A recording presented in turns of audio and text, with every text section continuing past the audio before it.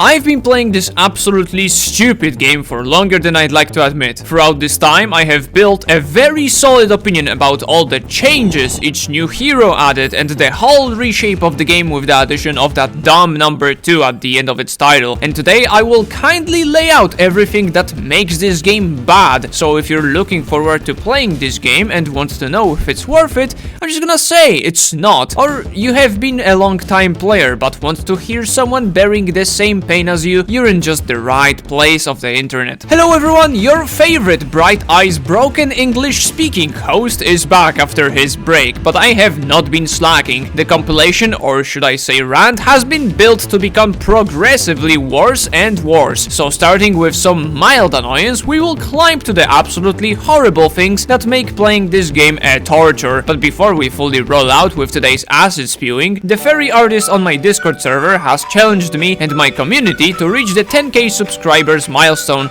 and as a reward he will bless us with the phenomenal and definitely not deranged piece of art. So press that subscribe button and let's make him suffer. With that already past us, let's start this spicy rant. Starting off, the most obvious change and the lightest in my opinion, that is the lower player count per lobby. This change is simply strange to me, as it is understandable that you want to find games quicker due to lower player numbers, but Overwatch 2 has rolled out with an enormous change that is making the game free to play. If you don't understand what this means, let me put it as simple as it gets.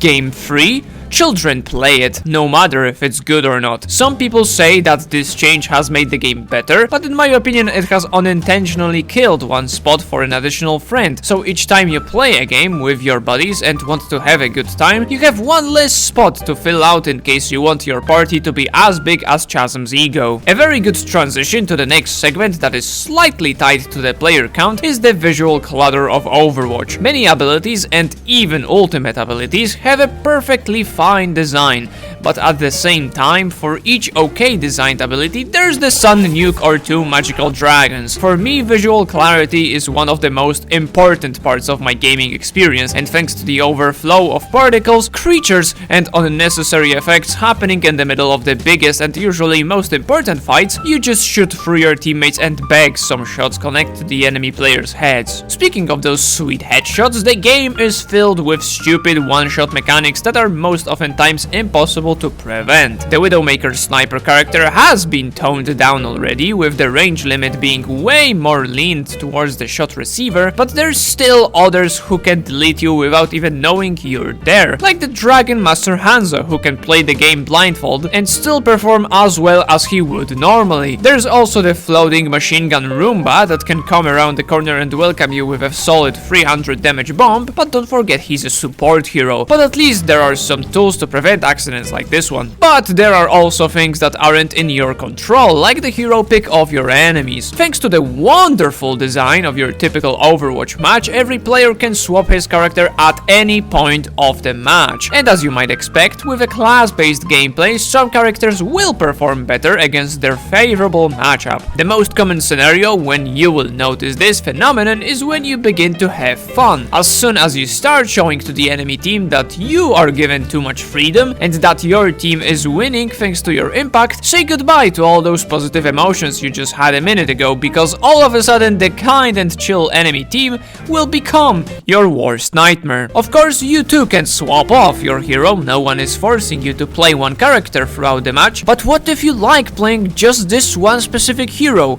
Well, there's only one thing to say in that case. Too bad! As you can see, Overwatch 2 has so far provided us with one heck of a unique gameplay experience, but we're not done yet. Don't you worry, because every map has an objective to complete to ensure victory. These objectives can range from King of the Hill, Push the Payload, or Bane of Existence of New Players, that is Flashpoint. Now, don't get me wrong, a wide variety of gameplay is great, but it stops becoming so wide when you see the same composition of heroes dominate on the same goddamn maps every single time. Lijiang and Ilios, both great maps. Too bad they're infested with a ton of creatures called Symmetra mains. When was the last time you played a Junkertown match without a single Widowmaker? Ilios, well, specifically, is the greatest example of a public pickpen. Let's change the topic a little and shortly touch upon something not gameplay related. I already mentioned mentioned how the game has changed to a free-to-play monetary model, so the big-brained company has to make money somehow. Enter the only part of the Overwatch 2 that actually changed enough to deserve the number,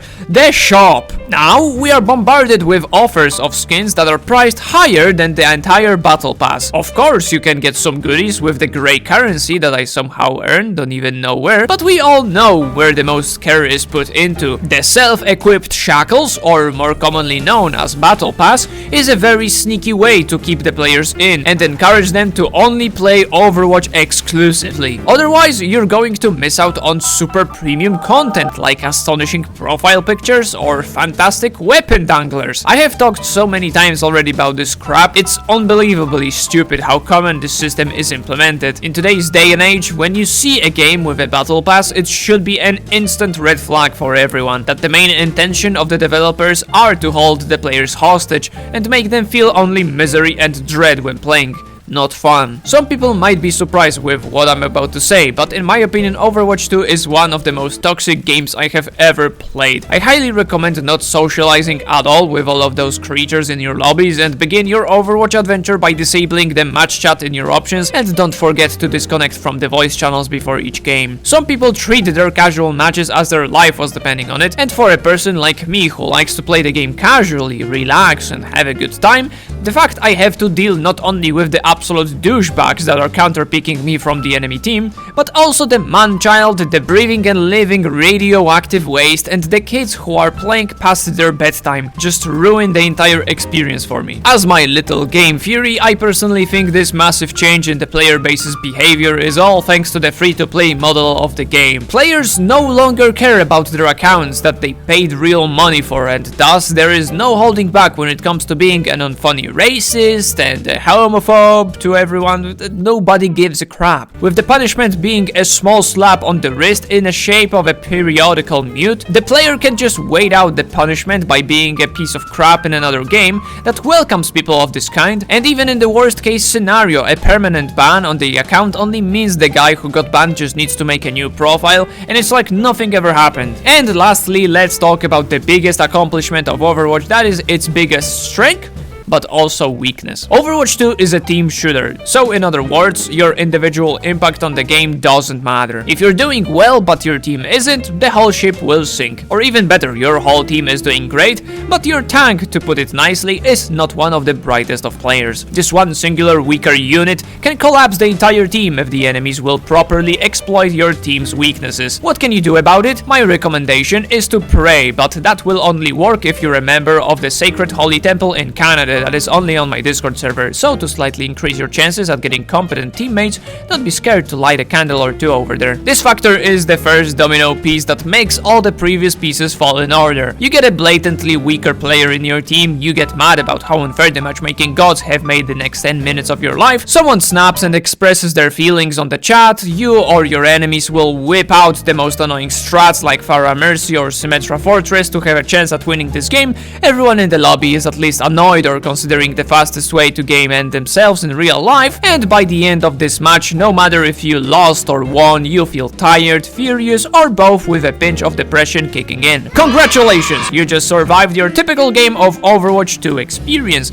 Are you ready to requeue? Honestly, everyone's experience in this game may differ a little bit. I'm sure we all have our own tilting conditions that will always make us miserable while playing this awful game. Some players love this team-like part and enjoy their matches with friends. The other players, upon seeing a Sombra in the enemy team, instantly leave the game, but others prefer staying away from their keyboards if they're having a slightly worse match than usual, and make everyone in the lobby waste their time. If you're like this, I hate you and I want you to know that you smell very badly, stinky baby. There are many more factors that contribute to the deranged experience, like Sombra or the way ultimate abilities make snowballing or dying feel unfair. So I really want to know what, in your opinion, is the worst part of Overwatch, and I might do another video where I will rate your takes individually. So make sure to cope with me and my lovely community down in the comments. We're here to hear you out and share the pain you are bearing on your own to make you feel slightly better. And in case you really want to rant around and discuss with us, come join our Discord server where we have fairies, French people, and also Slavko. With this little wholesome segment, I will gladly say thanks for watching,